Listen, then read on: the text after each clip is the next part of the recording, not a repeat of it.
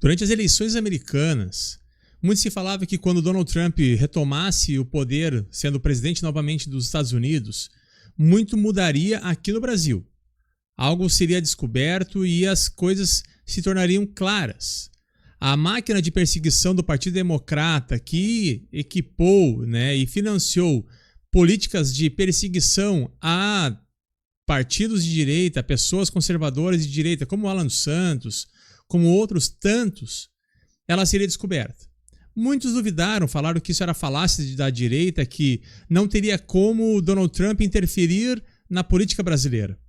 Mas tão logo Donald Trump assumiu como presidente americano, a verdade começou a ser descoberta, começou a ser destapada.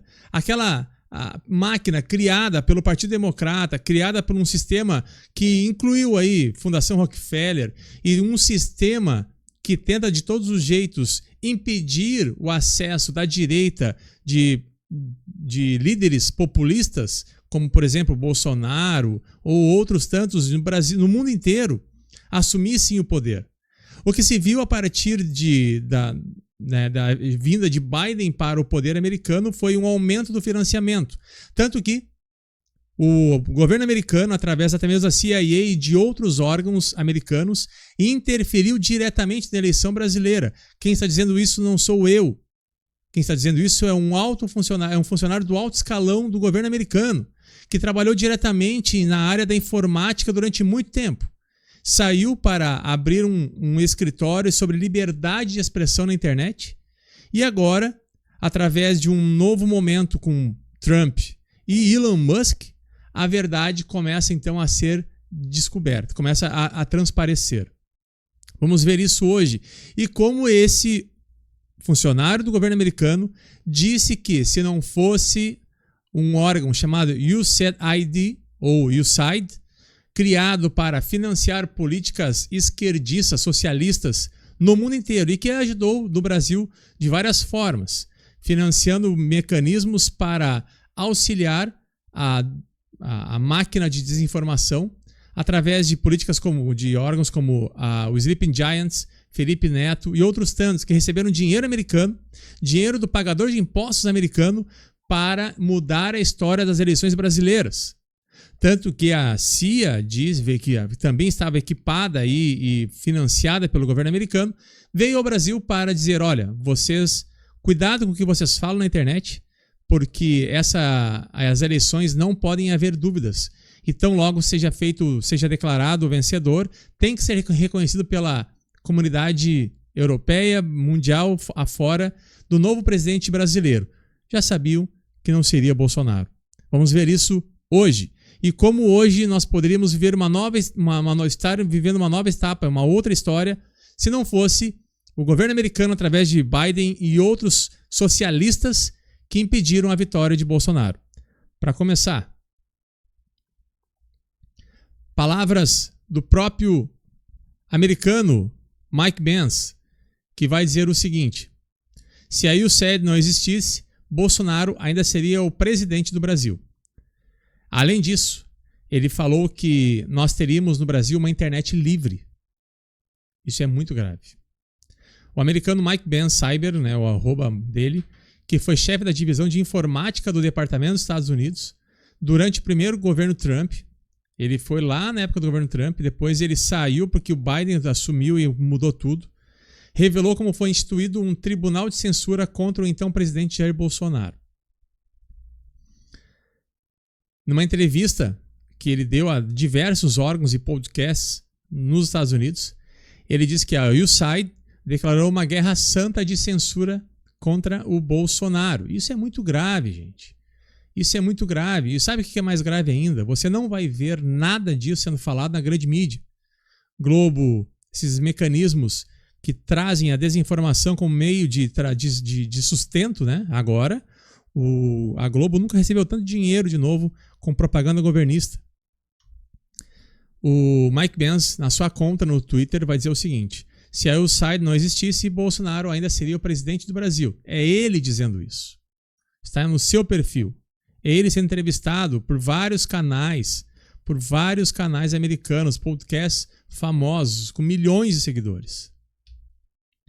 Segundo ele, né, de acordo com o Columbia Journalism Review, a USAID, que é esse órgão, essa ONG criada há muito tempo, pelo que eu vi, criada no governo Kennedy, para trabalhar a favor da democracia. E ela foi sendo deturpada ao longo do tempo.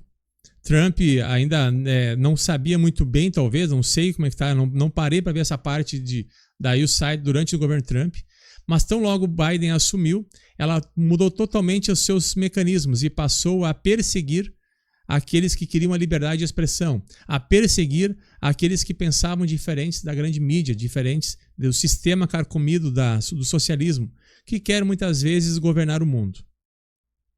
E durante a Columbia Journalism, o que ela verificou? Que a USAID apoiou 6.200 jornalistas mundo afora, 707 veículos de notícias. Inclusive agora, com as contas sendo fechadas da USAID, tem jornalistas e tem órgãos, como por exemplo, olha o nome, Politico. Politico.org, se eu não me engano, um jornal americano, que recebeu mais de $500 milhão nos últimos tempos para auxiliar na política de desinformação através da construção de factoides contra políticos como Trump e outros para impedir a vitória. Não conseguiram, graças a Deus. Além disso, 279 organizações da sociedade civil em 30 países diferentes. Vai dizer ainda que não é de se espantar que as notícias pareçam todas iguais. Aqui no Brasil, nós tivemos essa informação em novembro de 2024. Antes desse escândalo ser descoberto. O governo dos Estados Unidos doa dinheiro ao Instituto de Felipe Neto para combate à desinformação. Outras instituições, como o Sleep Giants Brasil, também receberam recursos dos norte-americanos para combater o discurso de ódio. A USAID financiou pessoas como Felipe Neto e o Sleep Giants para combater pessoas como Bolsonaro, como deputados que nós temos da direita, como até mesmo Twitter, que foi perseguido e acusado e caluniado, Elon Musk, e pessoas que tentaram, como por exemplo, né, o velho da van, né, como outros tantos que foram perseguidos ao longo dos últimos tempos e principalmente após a vitória de Bolsonaro, para impedir a manutenção da direita no poder. Não há verdade que não seja descoberta. E ela chegou. Quando Musk começou a fazer essa verificação, ele chamou aí a Agência de Ajuda Internacional dos Estados Unidos de uma organização criminosa. O diretor da USAID foi afastado pelo governo americano após negar acesso. Aqui, claro que o Globo não vai falar, né, que agora o bilionário Elon Musk, na verdade, ele é membro do governo americano. E ele está descobrindo toda a realidade. E ele pediu acesso aos dados internos. Como membro americano do governo, ele deveria ter acesso e foi negado. O governo americano, então, afastou o presidente da USAID e começou a vasculhar tudo o que estava havendo nessa ONG financiada com milhões de dólares americanos. Escuta isso. Peraí que o áudio não está liberado aqui. O Mike Pence, num podcast, ele fez uma declaração sobre o sistema brasileiro. Ele foi ouvido várias vezes e falou várias vezes a mesma história. Que pessoas do governo brasileiro, aliás, do governo não, também do governo, mas do Supremo órgão brasileiro, para falar assim, foram influenciadas e ajudaram a alterar a realidade das eleições brasileiras. Olha o que ele falou agora há pouco num podcast muito famoso dos Estados Unidos. So, Brazil has this tyrant judge, de Moraes, right? This is the current war between Elon and this, the head of Brazil's censorship court. It's called the TSE. It's a subcourt of Brazil's Supreme Court, the STF. And so a lot of people see the actions of this one tyrant judge who basically has this ability to issue an edict, and then anything posted online becomes instantly criminal. Sitting parliamentarians in Brazil call the current president, Lula, a thief. And the judge says, you're not allowed to say that. The person faces, a criminal judgment for demeaning the current president. Going after journalists, going after politicians, going after ordinary civilians by any edict. But there's a whole censorship substructure to what de Moraes is involved in. There's, advisory councils. There's a whole coterie of flaggers who propose the things to be flagged, who do the narrative network mapping, who challenges the results of Brazil's 2022 election. Well, they need these outside institutions to create this whole narrative network map. These are U.S. funded and U.S. backed channel institutions who provide the entire substructure. It's a Brazilian spider, but the spider web was laid by the U.S. State Department, USAID, the National Endowment for Democracy. I can go through all their roles. And the fangs of it are star-spangled spangs. This is the U.S. trying to take, the U.S. State Department trying to take out its political opposition in Brazil. They went to war with Bolsonaro. They called him Trump of the tropics. They're waging the same campaign against Bolsonaro that they did through their own intermediaries to take out Trump during his term, to censor him on the internet there, and that they're using to censor Trump today through their work with the EU. They're just doing that in Brazil to stop Bolsonaro. That the beginning. So, outro vídeo dele. Brazil has this tyrant judge. É o mesmo vídeo, não vou repetir aqui. So, the Atlantic Council Esse aqui é outro vídeo. U.S. taxpayer Escuta funding isso. from the State Department, USAID, the National Endowment for Democracy, the CIA cut out, the Defense Department, the U.S. Marines, the U.S. Air Force, the U.S. Navy, and numerous other federal agencies. Every single one of those provide annual funding every year to this group you are about to watch, training journalists from Reuters, from the New York Times, from Der Spiegel, from Le Monde, in a frigging how I learned to stop worrying and love the bomb style smoky room, so that they can go back to their desks and flag disinformation in Trump tweets and pro-Brexit tweets. That means the same electorate who democratically elected Donald Trump as president in 2016 also paid a NATO think tank to train journalists to muzzle Trump's social media reach ahead of the 2020 election cycle. This is in 2019. This is 5 years ago. The Atlantic Council is known as NATO's think tank. I mean, just see you understand. Você tem noção disso? Gente, eu só estou trazendo informação, né? Com o trabalho que tem título de jornalista e o número de jornalista. E a partir disso, a verdade começou a surgir mundo afora. É isso. Que está comandando o programa CEPS. Esse vídeo aqui é de um outro canal, do Joe Rogan, se eu não me engano. Um grande podcast americano. E ele foi feito aqui uma tradução com acompanhamento labial.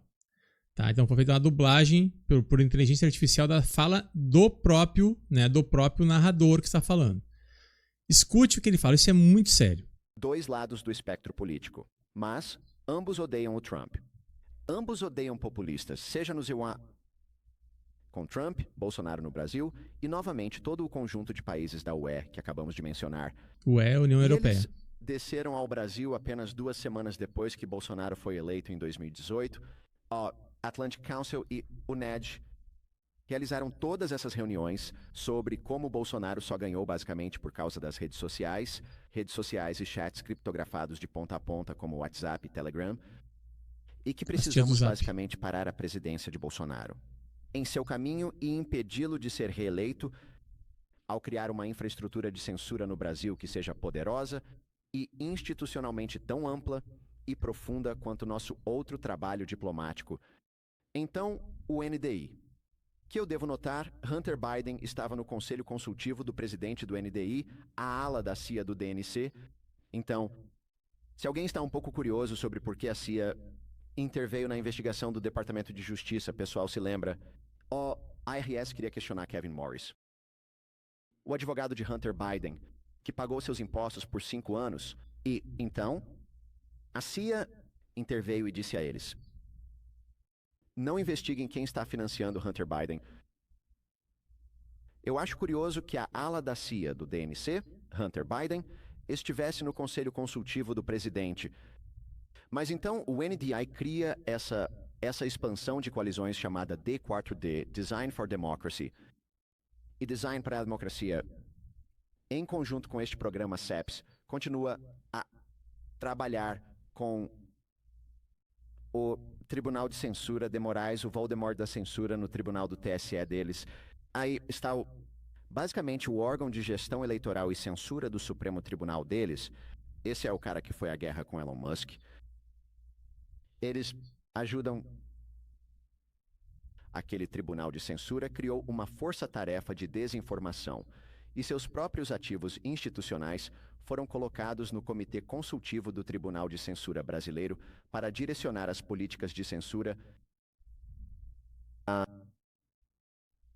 mesma instituição. Isso baniu o X do Brasil, que confiscou os ativos da Starlink. Eles trabalharam com as universidades, FGV, DAP e outras universidades brasileiras muito significativas. FGV, Eles Fundação Getúlio criaram Vargas. centros de desinformação lá e publicaram lideranças acadêmicas no Brasil sobre a necessidade de aprovar leis contra a desinformação. O próprio NDI deles, bolsistas e operativos, estavam testificando publicamente no parlamento brasileiro sobre a necessidade de aprovar essas leis. Eles estavam falando publicamente com os grupos da Associação dos Procuradores no Brasil, dizendo que precisavam processar a desinformação sobre isso. Quer dizer, eles criaram um mecanismo de desinformação para dizer que havia desinformação. Eles encaminharam as notícias. Como antes a Globo fazia quando não tinha internet, eles direcionavam o povo para o que era verdade, para onde queriam e quem eles queriam eleger. Com a internet descentralizada, isso acabou. E hoje, graças a esses acessos de internet, nós podemos ter acesso à verdadeira informação, não a informação parcial. Isso mudou a história da política mundial, a geopolítica mundial com a informação descentralizada. E eles não sabem mais como lidar com isso. Eles começaram a criar tribunais de censura. No Brasil, sabemos quem está à frente disso. E gente, assim, eu sei que eu corro o risco de falar isso. Posso ser censurado até preso. Espero que eu não seja. Estou trazendo informações que uma pessoa está falando, não sou eu falando. E esse tribunal de censura, então, passou a caçar aqueles que se opuseram à política que eles tinham como a realidade é verdadeira.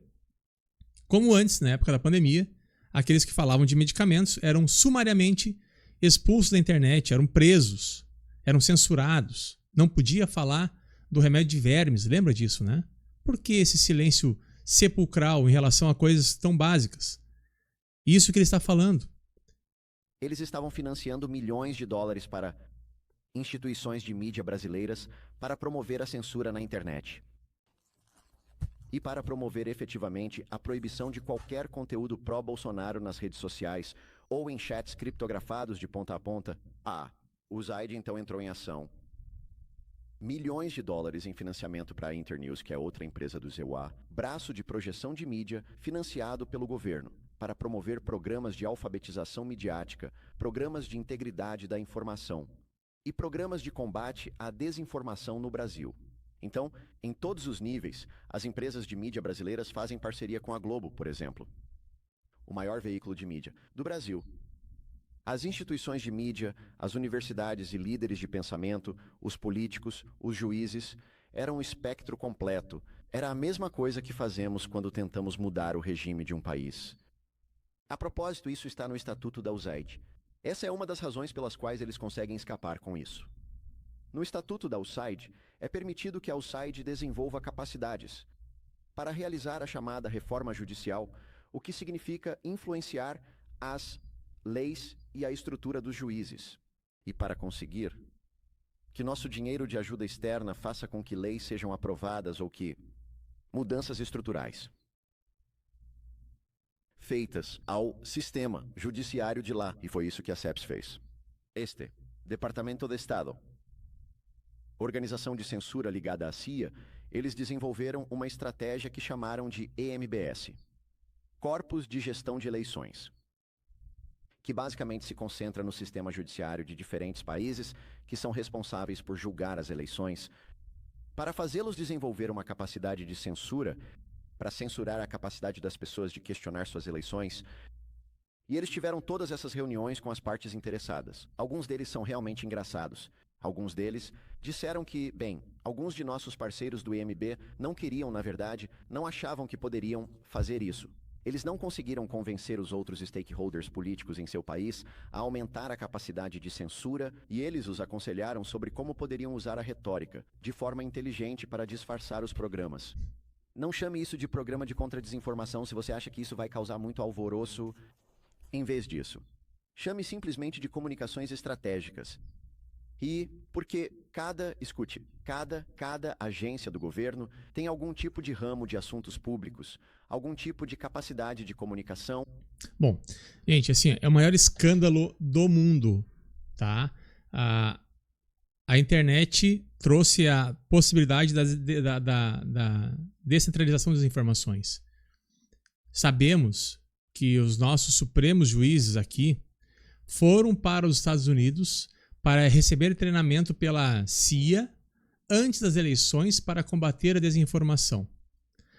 Esse ex-funcionário do alto escalão americano diz que a CIA estava em conluio, né, porque foi também aí encaminhada para um aspecto ideológico durante os últimos anos, os seus diretores, os seus membros, para fazer com que a censura acontecesse somente para um lado, para perseguir aqueles que estavam divulgando fatos e possibilidades relacionadas a um aspecto político que eles não queriam que estivesse como presidente do Brasil e de outros países, a Le Pen, por exemplo, e outros tantos.